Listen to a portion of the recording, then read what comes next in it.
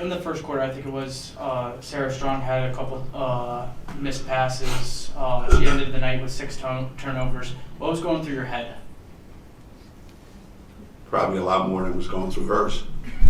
So, you know, some of it was just, I think, carelessness, you know, and, you know, we talked about it, and there were none after that. So, I think sometimes she tries too hard to make a play for somebody else, and most of the time she gets it right, and sometimes she tries too hard to make things there, to make things be there that aren't there. It seems like you've started to get some consistency from Sarah Williams. Just what in the last couple weeks have you seen from her development-wise? A little more aggressiveness, you know. I think she's rebounding the ball more consistently. You know, that's something that we've talked about. She's becoming more comfortable as a passer. You know? So all in all, I think little bit at a time, the improvement is obviously very, very noticeable, and you know, we're going to need it down the road, and I think she'll keep getting better at it. Geno, you just mentioned Sarah, and there are segments of the game where you see Blanca. I think, like, wow, how do you take her off the court? How do you go about developing like the right rotation and the right roles and minutes handed out on a team with so many capable forwards? Well, there's not enough minutes. That's just the bottom line. I mean, if there was 48, it might be a little bit easier. If you had less players, it would be a little bit easier. But, you know, the situation we find ourselves in, there just aren't enough minutes for everybody who you'd like to get minutes for. So you do the best you can, try to find the right combination as much as you can. I think sometimes in that fourth quarter, you look out there and you go, obviously that's not a great combination, but you know, what are you going to do? You know, what are you going to play guys 35 minutes just because you want it to look good? You know. As far as Blanca's concerned, yeah, I would say Blanca helps me out with that because she does just enough things out there to make it easy to get her off the court. Coach, 6 assists from Kaylee today. It looked like she had a bit more control of the offense. Did you notice any shift from her after the trip back home from USC? Do you think that was more of a one-off, or is that kind of a wake-up call for her? I don't know. I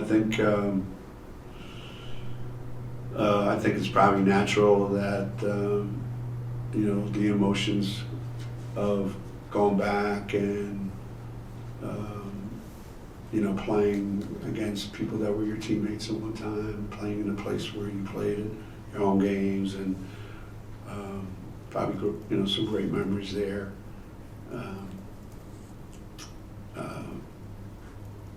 I asked her, why would you, when she fouled the kid taking a jump shot late in the game, and I asked her why she fouled the kid when in a 30-point game.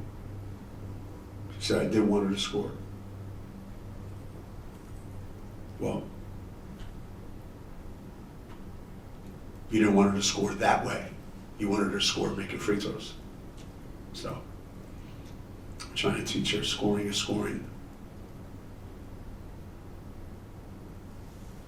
And USC is a really good school, too. I think she would know better. She must have not gone to class a lot there. Before she came out, Carol looked really comfortable out there. Just do you feel like she's starting to get a bit more of a consistent rhythm on the court? For bits and pieces of time, you know, then she had to take herself out. Maybe that was too many minutes, you know, in a row. But Yeah, you know, she's putting a lot of pressure on herself to try to get back to where she was, and then she'll have flashes where she looks really, really good, and then she'll be less than what she wants to be and gets frustrated and tries really hard. So I'm glad some things worked really well for her today. You know, she looks like somewhat of her old self. It's just being able to adjust to the new you know. That was part of the conversation we had. Games with 20 assists. Just your thoughts on a lot of new guys on your roster. Have they meshed quicker than you thought they would as far as looking for each other at the right times? That's probably a part of it. There's a truism that if you have a couple really good passers on your team, it becomes contagious and people become better passers just being around people that are good passers. You know, we've been averaging 12 turnovers a game. Doesn't sound like a lot, you know, when you're scoring 90 points a game. And we had 11 in the first half. But it's not, it's not a part of our game where we're missing opportunities because we don't take advantage of them. We're a good passing team, and assists usually involve two things: a person that's good at passing the ball, and the person they pass it to is good at scoring. So we happen to have both of those things right now, how many assists do we have? 24. Yeah, I mean, I think if you were to go back 30 years and you look at those assist totals, they would probably look like that every year, every game. It's just kind of who we are, you know. So that bugs me when the ball gets stuck, you know, like you're watching today and the ball's stuck on one side, the ball's stuck, you know, everybody's looking at each other. You know, I like when the things just keep moving, and the ball's moving and people are moving, because it does help you become a better passer. For the players that aren't necessarily in the rotation right now, is there still a way for them to show that they can perform and get back in? Like in the NFL, coaches say that first teamers get the snaps in practice and everyone else is scout team, so it's hard to break in. But are there still opportunities for those players to show that they deserve more minutes in practice? Yes and no. Just because you deserve them, the person ahead of you has to not deserve them. Otherwise, you have two people that are deserving, and there's not enough minutes for two of them. So you have to be efficient with the minutes you do get. And then you start to build trust. Trust among your teammates, trust from your coaches, that you can handle yourself in situations where they, you know, where the coaches are going to need you, where, you know, where we want to put you in. But this idea that you can have 13 players or 12 or whatever the number is, I don't even know how many we have. How many guys played today? 1, 2, 12, 3. yeah. How many? 12. 12. That, you know, realistically you can play, you know, you can get a lot of minutes or meaningful minutes for 12 players, or even 10 or 11, you know, even 10 in a 40-minute game. You know, it's challenging. Challenging for the coaches, challenging for players, because everybody wants to play. I don't know that some of the guys that are in the rotation right now will come up to me and volunteer, hey coach, listen, don't play me as much, play somebody else. I mean, I know it's Christmas, but I don't think they're that generous. Geno, expanding on Jim's question a little bit, can you add the defensive end to it and talk about the cohesiveness of this team? Is it where you want it, where you expected it at this point of the season, and talk about how the pieces are kind of fitting together with the big puzzle? A little bit. I think a little bit. Sometimes, sometimes you play great defensively. I thought we were better defensively against USC than we were tonight, simply because the quality of shots USC got were not high percentage shots. Sometimes your defense looks really good because the other team misses, and so for me, I look at what kind of shots did they get? Did they get open shots and just miss them? Or did we do a great job not letting them have,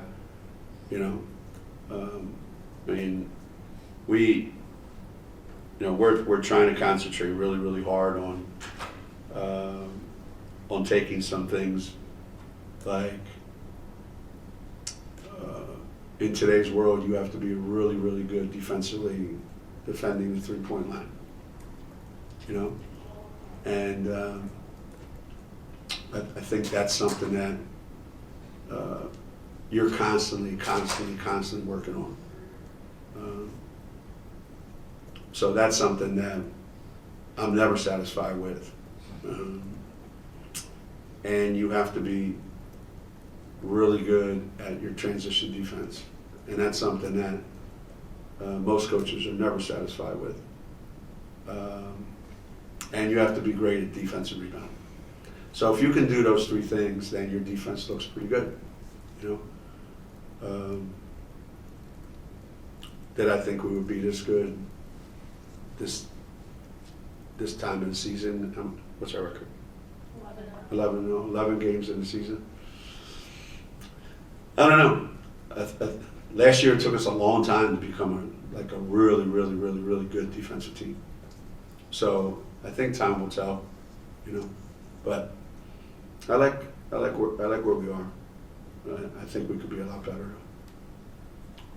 Kind of piggybacking off of that, what's working in those possessions where they're either taking a shot really late in the shot clock or you're forcing a shot clock violation when you're set up in the half court? A combination of things. I think teams that play against us, you say, well, they took a long time in the shot clock to get a good shot. Well, they want to take a long time because if they shoot too early in the shot clock, that means they either got a great shot, which would piss me off, right? So if they shoot early in the shot clock and we come down and score, and they shoot early in the shot clock and we go down and score, that's just giving us way more possessions to score more points. So teams, part of their strategy is kind of run it down and limit how many times we touch the ball. So we have to be disruptive. We have to force them to shoot earlier. We've got to force them into rush shots. But so we try to analyze that after every game. Was it intentional, run the shot clock down, or they just couldn't find a good shot? Sometimes it's a combination of the two. Either way, it's pretty good though. If it's a bad shot. If it's run it down to 10 seconds and they get a great shot. There's teams, I remember years ago, we played Villanova. If they got up 40-35, they're just going to hold the ball for the rest of the game. Then it was a pain in the butt. Yeah. So you want to make sure that you're constantly being disruptive. Azzi's still perfect on free throws after tonight. Would you like to see her trying She'll to get miss to the 5 of rim? them against Iowa because you brought that up. Would you like to see her trying to draw fouls, get to the rim a little bit Yeah. more, given how consistent she is? Yeah, there? I mean, she gets to the basket. I think maybe more. I've always been like this, that when you're a great free throw shooter, you should be going out of your way to get fouled. I remember Shea Ralph was great at it. She was such a good free throw shooter. She would foul you when she had the ball, knowing that she would get the call. She would go out of her way to make sure she got hit before. She would never shoot a layup unless somebody hit her. It was uncanny how she could do it. Some people just know how to draw fouls. So yeah, I would like Azzi to be at the free throw line more often, but at the same time, I don't want her to all of a sudden get away from her rhythm of how she's playing, you know. When she shoot from the three-point line, she only got 4 of them off today. Yeah, we didn't shoot as many threes as I would hope for.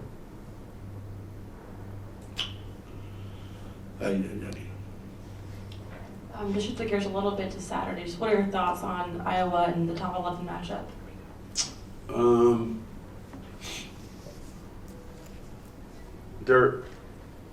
They're really good. They're really good because they're really well balanced. You know, their post players are really good. You know, they're smart. They're tough. They they finish around the basket. They make like 8 or 9 threes a game. So it's a good team that can do both of those. I mean, 2 things really well. They can score with their bigs in the lane, and their transition offense is really, really, really good. A lot of times when you have great transition offense, you're not throwing the ball in the lane a lot, you know. But yeah, I think they're going to be a real challenge. They're going to be a real test for us to see how good our defense really is, and especially our post defense. You know, they're really good though. They're really good. You know, there was a time where your team was mostly regional, and we're heading to Christmas. How's the dynamic different now that you have kids from multiple countries, and do they just kind of stay stateside with teammates, and how do you think that might help the team even come closer if that's what they do? It varies. It varies. Depends how much time we have, you know. But everybody likes to be home for Christmas. Thanksgiving, you know, they just jump in a car with somebody that lives in the area or stay local, you know. But you know, when Christmas time comes around, I think everybody likes to be home, so they do whatever they can to get home. Sometimes you just can't, but we try really, really hard to make sure that we do everything we can to give them an opportunity to get home. This year it's not that bad, you know. We played the 20th, right? 21, 22, 23, 24. So hopefully the airlines will cooperate. There won't be a lot of delays, and they'll be able to get to where they're going. But yeah, everybody wants to be home for Christmas, for sure. The only one I remember is that I never went home for Christmas. You know. So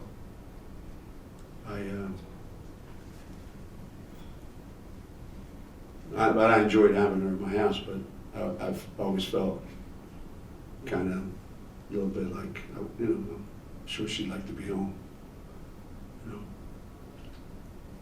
So we tried really hard to get them home.